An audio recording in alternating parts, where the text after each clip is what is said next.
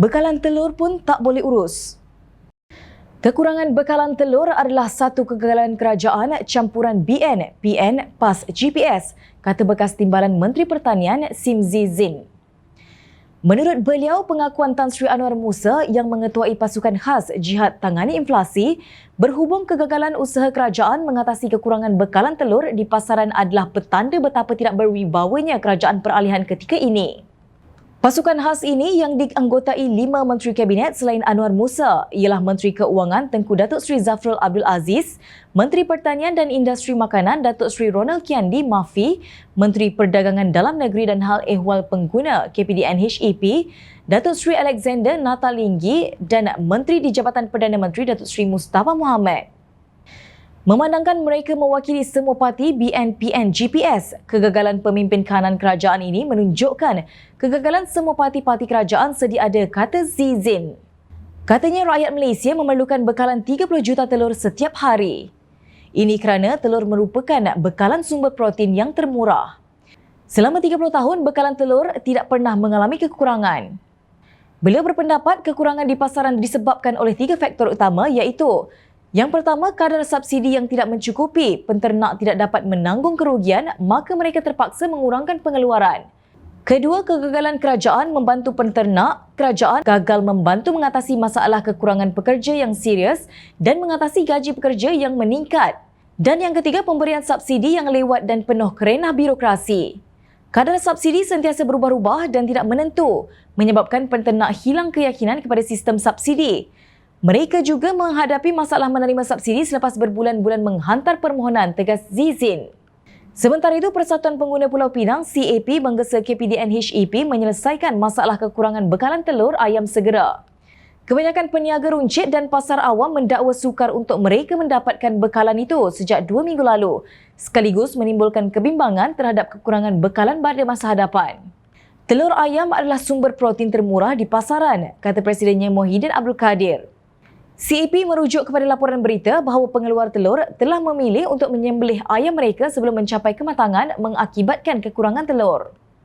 CAP mempersoalkan kenyataan pasukan khas Jihad Tangani Inflasi baru-baru ini yang mengenal pasti kos makanan ayam yang tinggi sebagai bertanggungjawab terhadap kekurangan bekalan telur ayam. Mengapa mereka tidak berunding dengan penternak ayam lebih awal dan mengambil tindakan pembaikan?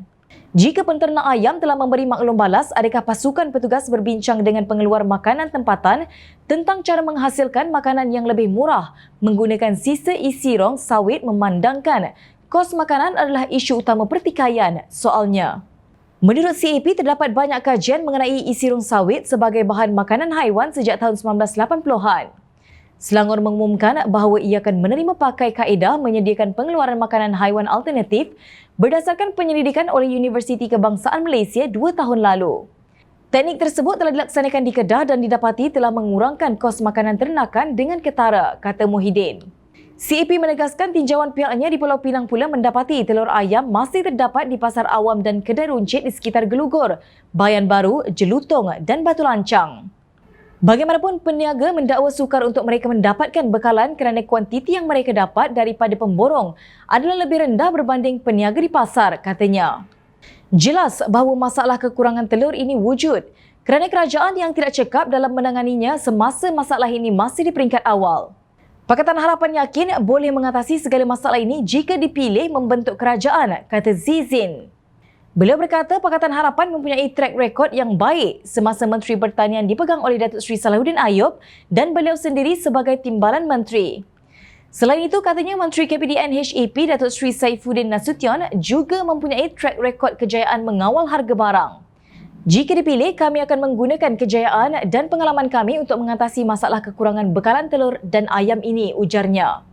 Pakatan Harapan bukan sembang kosong, sememangnya kejayaan kami terbukti. Selama 22 bulan pentadbiran Pakatan Harapan, harga ayam kekal RM5.90 sekilo, telur RM7.50 sepapan berbanding RM10 sekilo ayam dan RM14.50 sepapan telur sekarang. Sepanjang 22 bulan, semua bekalan makanan mencukupi, tidak pernah berlaku shortage, tegasnya. Kekurangan bekalan telur di pasaran bukanlah isu politik tetapi isu kelemahan tadbir urus kementerian yang diterajui oleh pemimpin politik. Sekarang menteri-menteri dalam pasukan khas Jihad Tangani Inflasi sibuk berkempen dan masalah bekalan telur terabai. Justru untuk menangani isu ini agar tidak berterusan dan menyusahkan rakyat, maka kita perlu menukar peneraju semua kementerian terbabit. Semoga pengundi dapat membezakan yang mana kaca dan permata.